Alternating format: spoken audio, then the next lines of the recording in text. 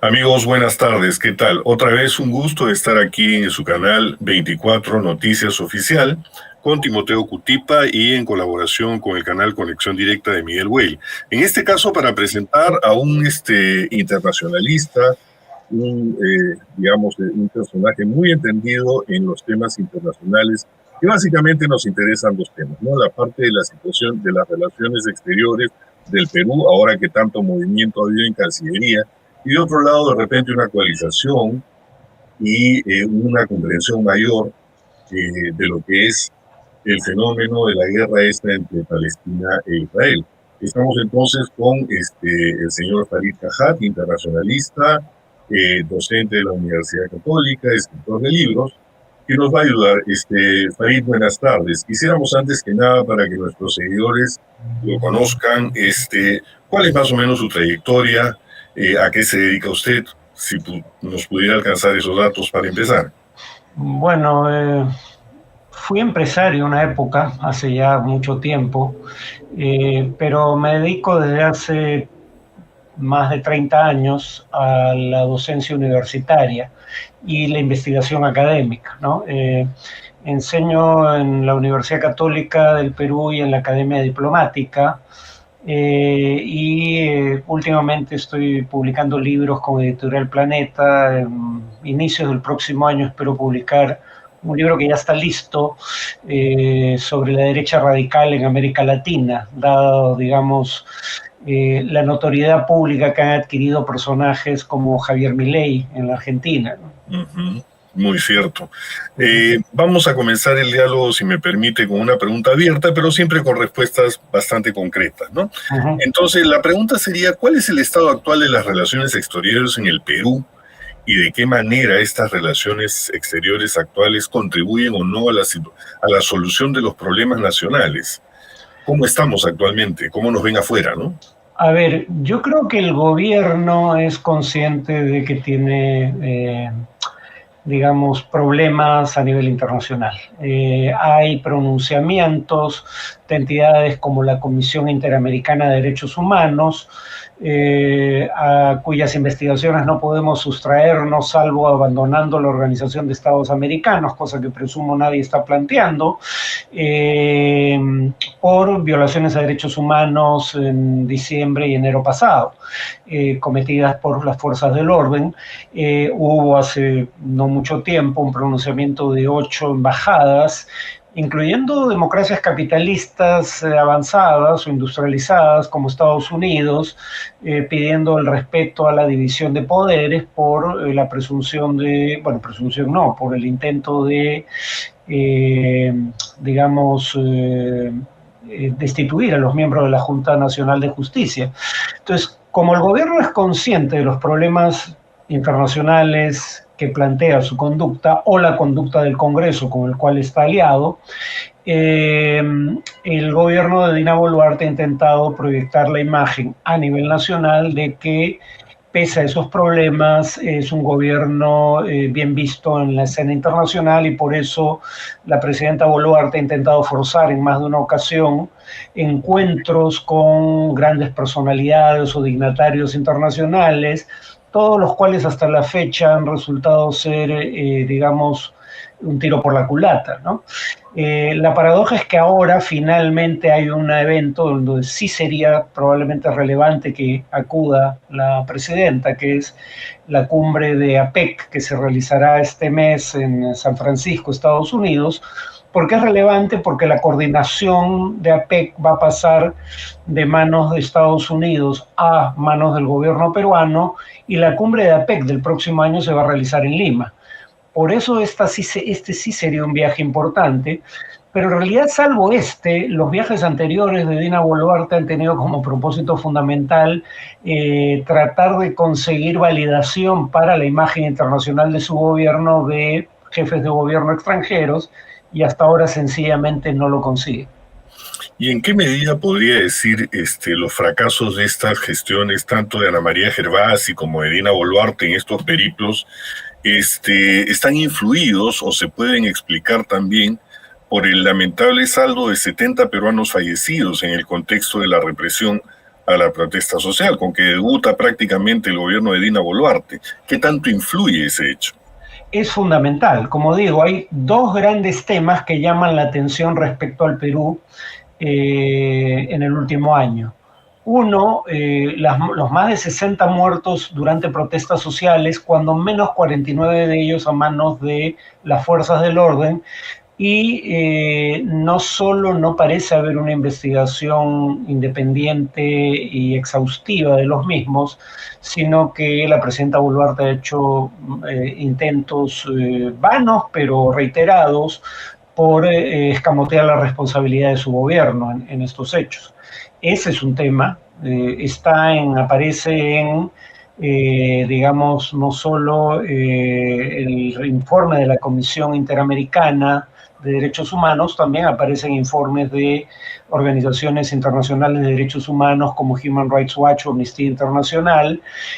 Parece haber sido un tema, digamos, tratado a nivel bilateral por embajadores de países capitalistas con el gobierno peruano, y además está el tema de el intento de minar la independencia de poderes por parte de la mayoría del Congreso con la anuencia del Ejecutivo.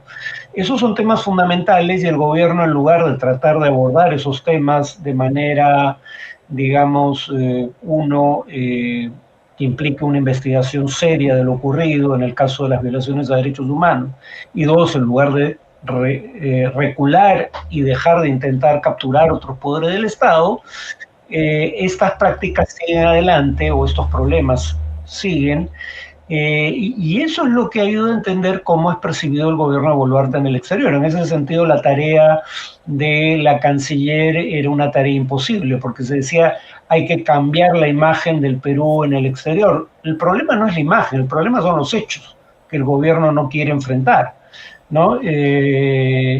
Y entonces, claro, yo hubiera esperado que una diplomática de carrera como Ana Cecilia Gervasi le dijera cosas que se podían o no se podían hacer o no debían hacerse en la escena internacional a la presidenta Boluarte, pero aparentemente no lo hizo. Por ejemplo, se sabía que no se había logrado concertar una cita de alrededor de una hora de duración en la oficina oval de la Casa Blanca con el presidente Biden, como sí logró concertarla el presidente de Chile, Gabriel Boric. Lo único que se logró fue lo que en inglés denominan un pull out, o sea, dentro de una reunión en la que hay otros jefes de Estado, se separan del grupo por unos 10 minutos, dos jefes de Estado, y ese es el contexto en el que se toman las fotos de Dina Boluarte con Joe Biden. Y aquí el tema es que claramente eso no fue una reunión bilateral en regla, pero según medios de prensa fue Boluarte la que exigió que se hicieran públicas las fotos, como si hubiera tenido una reunión con Biden, cosa que no era cierta. Yo hubiera esperado que él, digamos, la canciller le dijera que eso no era apropiado, pero aparentemente no lo hizo. Ahora, el tema es que ella, cuando menos era miembro profesional del servicio diplomático, el nuevo canciller, aunque tiene, digamos, conocimientos en materia de política internacional por su formación académica y experiencia profesional, tiene el problema obvio de que si lo que se necesita es alguien que le diga a Boluarte verdades incómodas, él no lo va a hacer porque en estos temas fundamentales él tiene una opinión similar a la del gobierno. Eso está claro. Timoteo, ¿alguna pregunta? Ahora, en cuanto al nuevo canciller, ¿cuál es su expectativa? Tal vez teniendo en cuenta sus opiniones ya incluso ocultadas por él mismo, pero también tal vez conocida, tal vez como analista político en cuanto al comportamiento del nuevo canciller. Bueno, por un lado queda claro que lo de el presunto origen ilegítimo del gobierno de Castillo y por añadidura el de Boluarte, porque eran parte del mismo gobierno, por un presunto fraude electoral, fue una farsa, ¿no? Este canciller dijo que hubo fraude, aunque admitió que no había pruebas. ¿Cómo puedes afirmar algo respecto, que existe algo respecto a lo cual no hay evidencia? Es algo que nadie termina de entender. Pero si realmente creía que este es un gobierno ilegítimo surgido de un fraude y que la presidenta de cualquier manera, aunque no hubiera habido fraude, debió haber sido destituida por su participación en el caso del Club Apurímac, ¿por qué acepta ser canciller de este gobierno? Eso para mí demuestra, claro, uno podría decir por oportunismo. Yo diría que más bien es probablemente porque siempre supieron que sus alegatos en torno a estos otros temas no eran ciertos. Yo, digamos, no apoyé al gobierno de Pedro Castillo, pero ganó limpiamente las elecciones y no hay ninguna evidencia en contra de eso. Pero además él ha adelantado opinión en ciertos temas en un sentido francamente deplorable, ¿no? Que había que expulsar al embajador de Bolivia en el Perú y cerrar la frontera con Bolivia, presuntamente para evitar el ingreso de balas Dum Dum con la cual se estaban matando manifestantes, cosa que jamás ocurrió. Nuevamente, es preocupante que tengamos como ministro de Relaciones Exteriores a una persona que es proclive a aceptar teorías conspirativas para las cuales no tiene ninguna evidencia. Por último, dijo que el presidente Boric, cuando estaba compitiendo en segunda vuelta con el candidato de derecha radical Kast, representaba el cáncer frente a Kast, que representaba el SIDA, ¿no? Usando la metáfora que utilizó el propio Mario Vargas Llosa en una elección en el Perú, en donde había que elegir entre Humala y Fujimori. Pero yo diría que lo más serio en realidad con él es el tema de que él secunda las posiciones del gobierno en torno a las violaciones a derechos humanos ocurridas entre diciembre y enero, ¿no? Y en ese sentido no es el tipo de canciller que podría decirle a la presidenta lo que no desea oír, porque en esos temas su posición está alineada con la del Ejecutivo.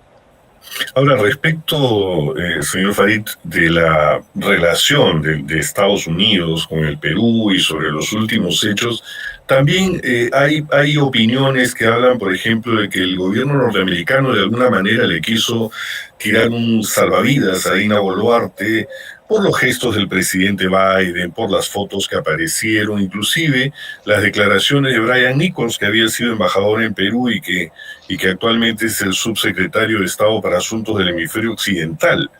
Entonces, es un poco curioso que de alguna manera hayan asumido una defensa de Dina Boluarte cuando lo que se querría sería salir un poco de la relación con este personaje.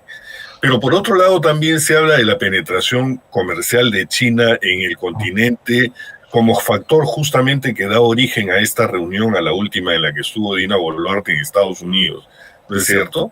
Entonces, ¿cuál podría haber sido el criterio para empezar? Si China está penetrando, digamos, el continente, se está haciendo un puerto en Chancay, que inclusive se dice que eventualmente podría tener uso hasta de tipo militar, en el futuro, ¿por qué es que no se le concede a Dina Boluarte una reunión bilateral cuando ella la había solicitado aparentemente? Bueno, y en dos viajes, ¿no? Porque ha estado en Washington o en Estados Unidos en general en dos ocasiones, para la Asamblea General de la ONU y en este último viaje para una entidad que se creó el año pasado, que es nueva, ¿no? Y por ende cuya utilidad está por demostrarse. Yo creo que por un lado está probablemente el tema de que ella busca legitimar su gobierno y probablemente gobiernos como el americano no necesariamente quieren concederle esa legitimación, ¿no? Como digo, el gobierno americano fue uno de los que encabezó el pronunciamiento en favor del respeto a la división de poderes en el Perú no hace mucho tiempo, en septiembre pasado, si mal no recuerdo.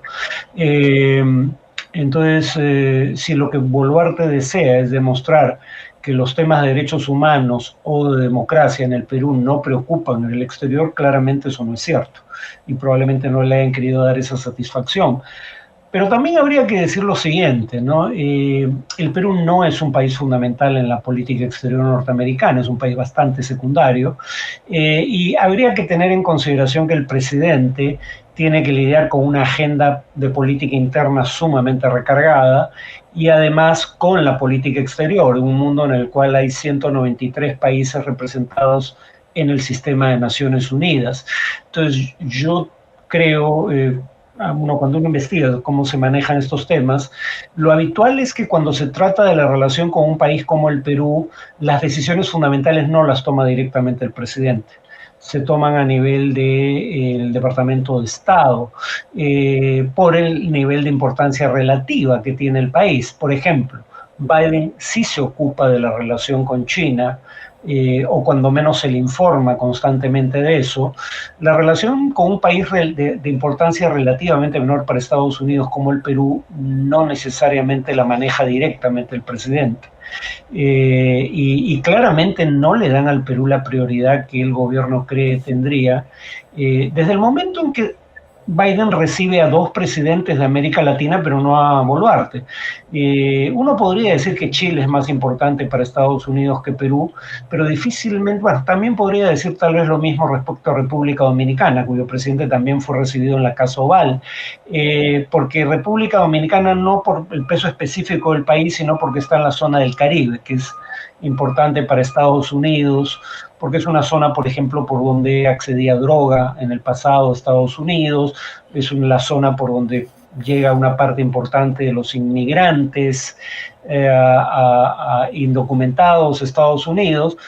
Pero digamos, si el Perú tuviera la importancia que creemos que tiene, probablemente le habrían concedido, si no en la anterior reunión, en esta última, de una audiencia a Boluarte, cosa que no se hizo. Ok. Timoteo, ¿alguna? Tal vez por razones de tiempo podamos ir ahora en cuanto Perú, Palestina, en cuanto a las relaciones bilaterales, tal vez en este gobierno, digamos, cómo se mantuvo, qué se sabe en cuanto a las relaciones bilaterales entre el gobierno de Pedro Castillo y ahora con Dina Boluarte. A ver, bueno, Pedro Castillo siguió lo que ha sido la tradición diplomática del Perú en este tema. Siendo el Perú un país, digamos, relativamente periférico en el sistema internacional, es un país que apuesta por la vigencia del multilateralismo, es decir, que las instituciones y el derecho internacional regulen en la mayor medida posible las relaciones entre estados, y por eso el Perú, por ejemplo, apostó cuando tuvo un diferendo marítimo con Chile por llevarlo ante la Corte Internacional de Justicia, la cual falló en lo esencial en favor del Perú. Perú no podía resolver el problema a nivel bilateral porque Chile se negaba a hacerlo y porque Perú no tenía medios con los cuales forzar a Chile a negociar el tema, pero sí logramos llevarlos ante una Corte Internacional de Justicia. Entonces, Perú en general promueve las instituciones y el derecho internacional, y eso se aplica también por interés propio, pero eso aplica también a su política hacia Oriente Medio, donde la posición peruana fundamentalmente es que se cumplan las normas relevantes de derecho internacional, ¿no? El retiro israelí de los territorios que ocupa ilegalmente, detener la construcción de asentamientos para colonos judíos en tierras confiscadas a propietarios palestinos, no reconocer la anexión de Jerusalén Oriental por parte de Israel, y por eso Perú tiene su embajada en Tel Aviv y no en Jerusalén. En el caso de Castillo, todo eso continuó siguiendo la tradición, digamos, de la diplomacia peruana, pero se añadió el tema de abrir una embajada peruana en Ramallah, en tanto Perú reconoce a Palestina como Estado bajo el derecho internacional, un Estado cuyo territorio, el territorio que reivindica, está ocupado por otro Estado, pero que pese a eso ha obtenido reconocimiento internacional. El tema de abrir la embajada en Ramallah ante el Estado palestino, básicamente parece haber desaparecido de la agenda bajo el nuevo gobierno.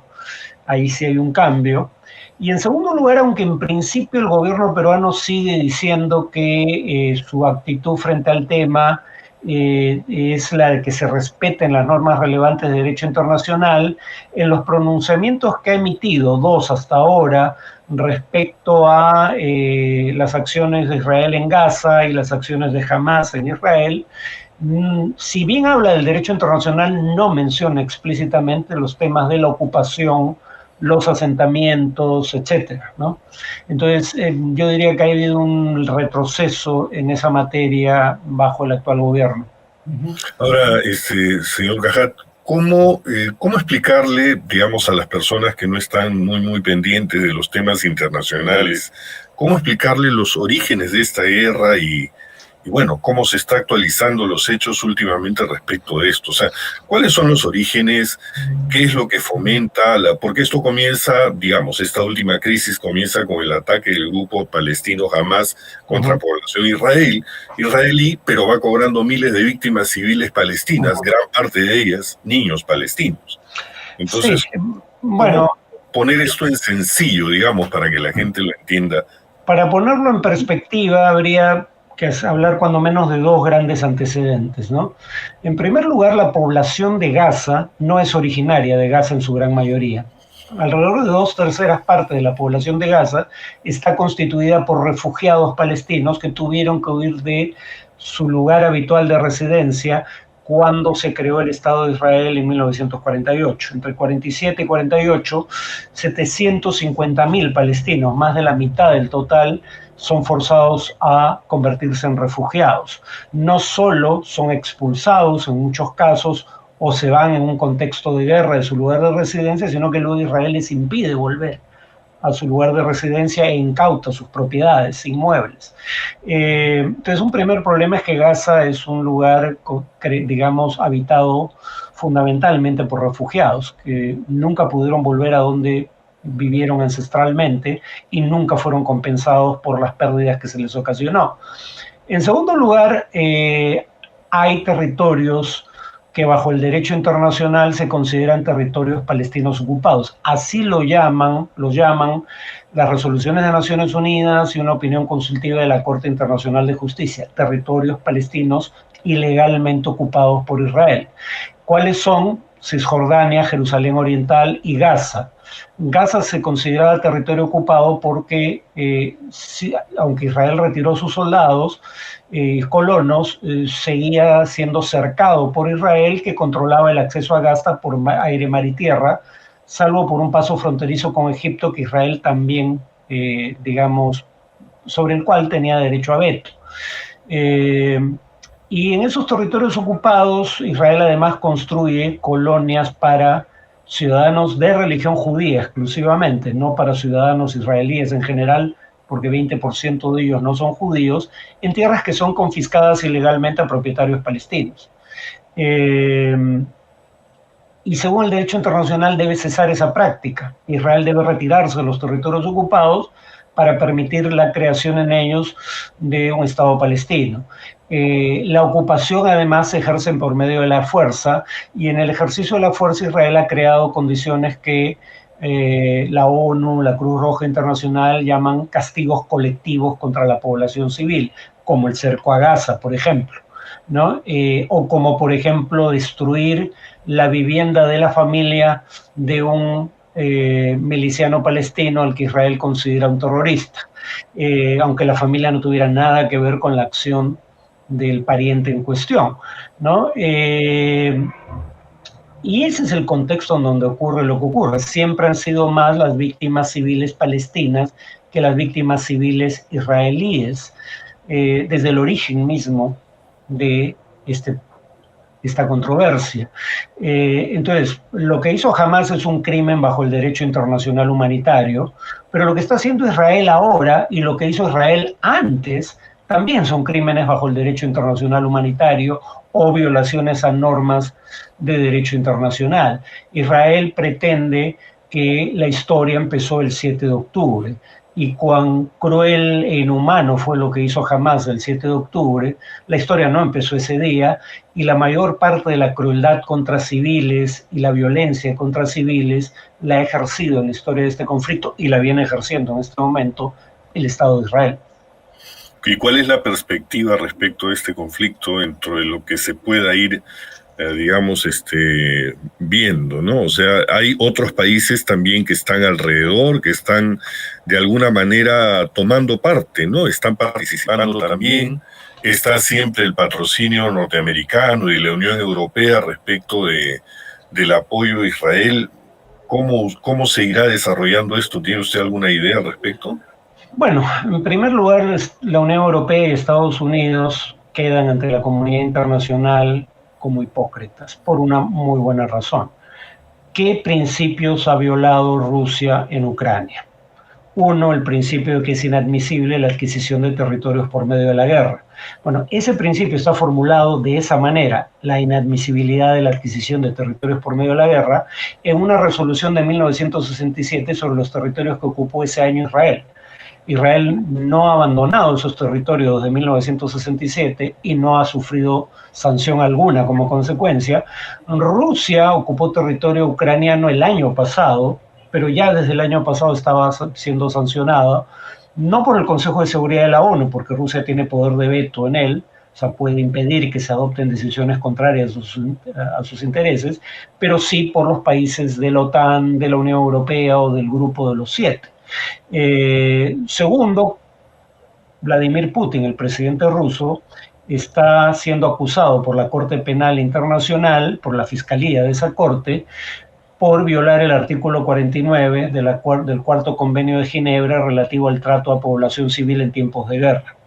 ¿Qué dice ese artículo, el 49 de la Cuarta Convención de Ginebra? La potencia ocupante, o sea, que ocupa ilegalmente un territorio, no puede trasladar a parte de la población del territorio ocupado al territorio de la potencia ocupante, a su propio territorio. Israel viola exactamente el mismo principio, artículo 49 de la Cuarta Convención de Ginebra, que también dice que la potencia ocupante no puede trasladar a parte de su propia población al territorio por ella ocupado. Pero mientras Putin ya está requisitoriado por la Corte Penal Internacional por violar el artículo 49 de la Cuarta Convención de Ginebra, Israel, que lo viola desde 1967, no ha sufrido consecuencia alguna. Entonces, un primer punto es que esto va a afectar el apoyo a Ucrania en el mundo en desarrollo, porque el doble estándar de las potencias occidentales es demasiado evidente. En segundo lugar, esas son los únicos actores en la escena internacional, Estados Unidos y la Unión Europea, que pueden ejercer presión sobre Israel.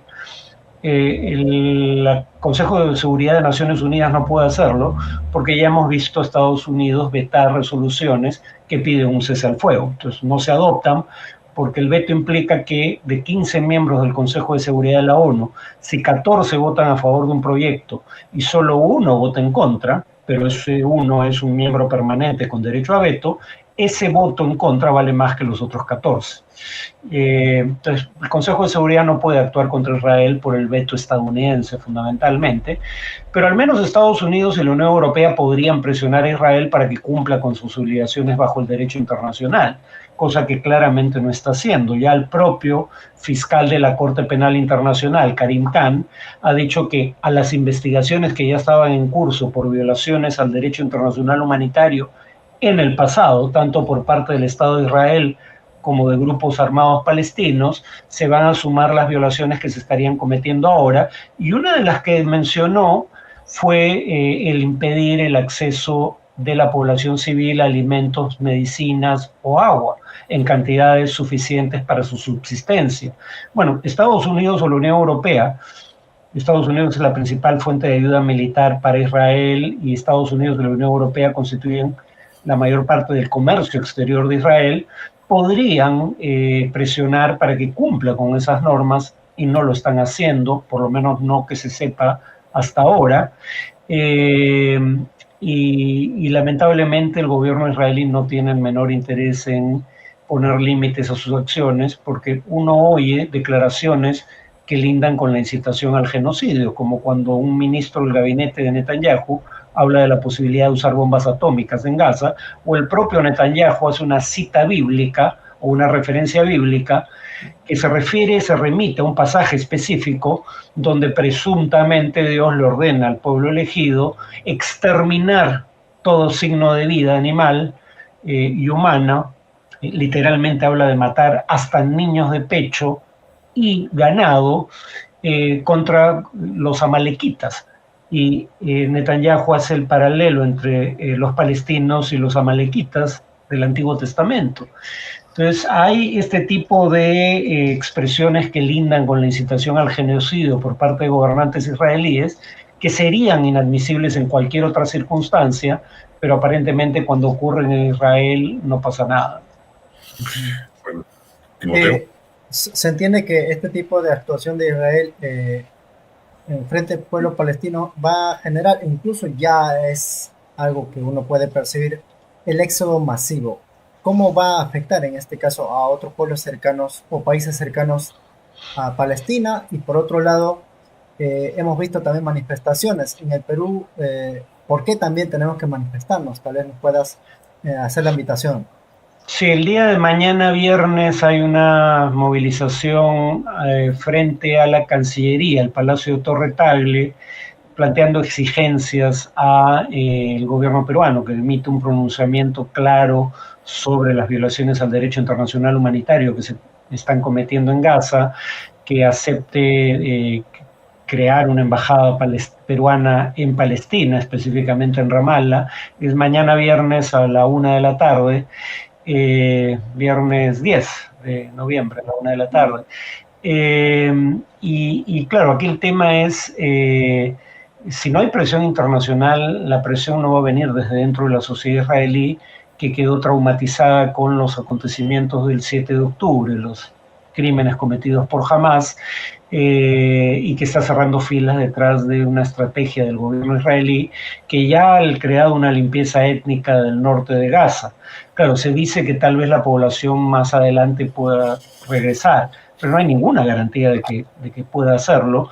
Los antecedentes históricos no son promisorios, y hay un informe del Ministerio de Inteligencia israelí que el gobierno de Netanyahu dice que no es política oficial, pero ese es el tipo de ideas que se estarían debatiendo en el gobierno israelí, que plantea como una posibilidad para la población de Gaza el forzarlos a marcharse al desierto del Sinaí para luego no permitirles el regreso, con lo cual se consumaría una nueva limpieza étnica contra los palestinos de Gaza, que en su mayoría ya habían sido, a través de sus antepasados, víctimas de una limpieza étnica en 1948.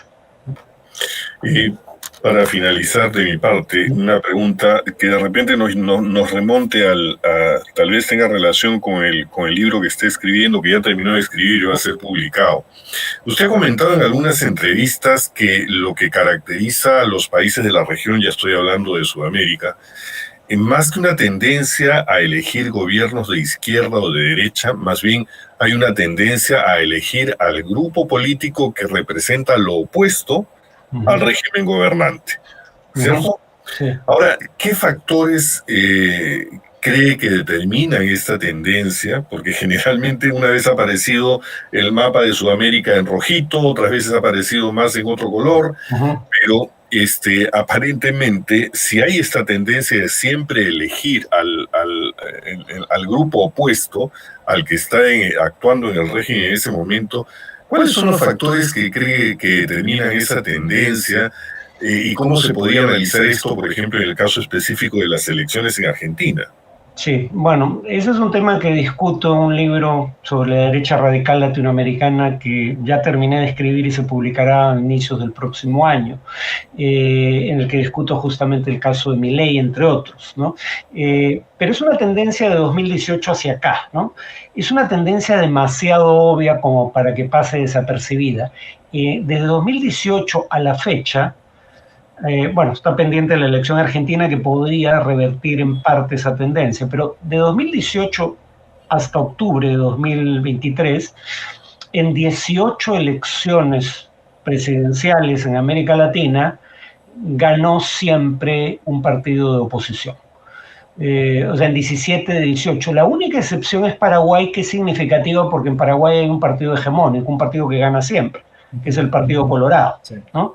Solo dejó de gobernar un breve periodo de unos 4 años de los últimos 70 años. Entonces, Paraguay es un caso peculiar, Nicaragua y Venezuela no son elecciones competitivas, no están dentro de ese recuento, pero las otras 17 elecciones siempre pierde el oficialismo.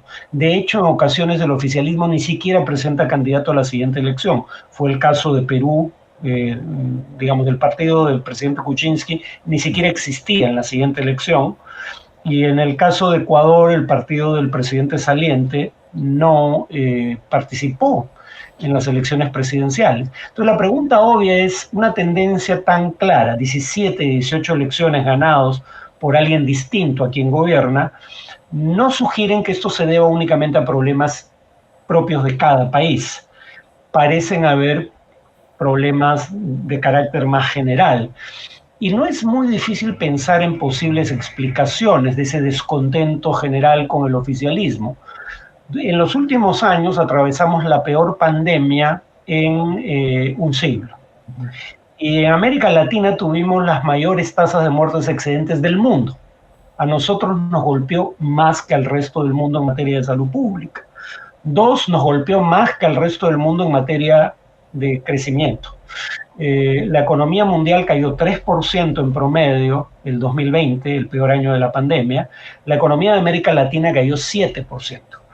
Y eso en un contexto en donde ya la economía venía mal antes de la pandemia, porque el superciclo de las materias primas, que duró más o menos a precios al alza de productos como el cobre, que subió de un par de dólares a más de $8 la onza, que va de 2003 a 2013, a partir de 2013 empieza la caída en algunos precios de materias primas.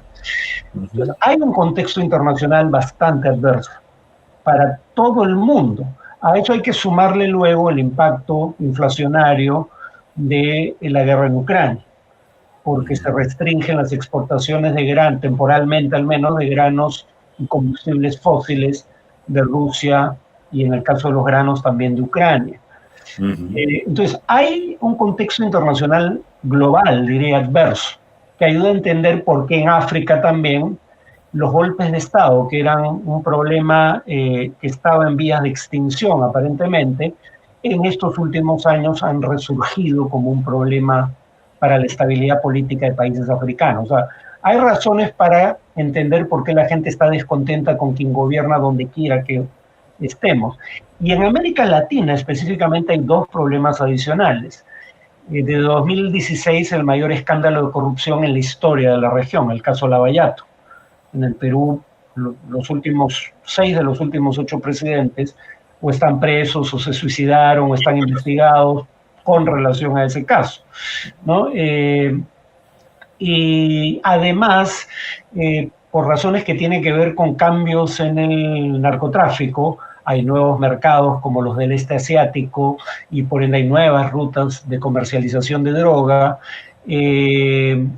Asociado al crecimiento del narcotráfico, está creciendo en varias partes de la región, el caso emblemático es Ecuador, la tasa de homicidios. Entonces, por problemas sean de la región o del mundo, es fácil entender por qué hay tanto descontento con el estado de cosas existente. Y entonces, en cuestión de meses, un país como Chile, que primero eligió a la izquierda para escribir una nueva constitución, que luego rechazó el pueblo en referendo, luego elige a la derecha para escribir una nueva constitución, y parece que tampoco van a aprobar en referendo el nuevo proyecto de constitución, porque no hay luna de miel, digamos, el apoyo popular a los gobiernos cae muy rápido. Bueno, Timoteo, no sé si... Es muy inquietante, pero la hora, como que nos había señalado don Farid, tal vez palabras finales, tenemos por nosotros tenerlo gusto en otro momento también, pero hay muchos temas que surgen a partir de este comentario para preguntarle, pero esperamos hacer otro programa y queremos también acompañarle mañana en qué lugar se van a concentrar para también darle cobertura. Como digo, tengo entendido que es a la 1 de la tarde frente al Palacio de Torre Tagle en el Cercado de Lima, cerca de la Plaza de Armas, ¿no? La sede de la Cancillería. Perfecto, señor Farid. Muchísimas gracias entonces por su participación. Estoy seguro que se van a motivar los comentarios del caso. Quisiéramos tenerlo nuevamente porque nos han quedado varias preguntas muy interesantes también. Y también para ver el tema del libro que se publica, nos dice principio del año, ¿no es cierto? El próximo año, sí. Ok, entonces lo invitamos también para la presentación, de repente, una explicación breve de lo que es su libro, ¿sí? Claro. Don Le Farid, agradecemos mucho, sí. ¿usted habla palestino? ¿Tiene algunas? ¿Árabe? Hablo un poco de árabe, sí. Ajá. No, Tal no vez, lo hablo muy bien, pero sí. tal vez nos podemos despedir. En quechua decimos hasta nuevo encuentro, Tupanán Chiscama. En palestino, ¿cómo sería? Mi padre te hubiera podido responder en quechua, él hablaba quechua ayacuchano, pero yo lamentablemente no lo aprendí. ¿En árabe? En árabe, masalame. Hasta otro encuentro. Un abrazo a todos. Un gusto tenerlo, un abrazo, cuídense. Igualmente, hasta luego, un abrazo. Que le vaya muy bien.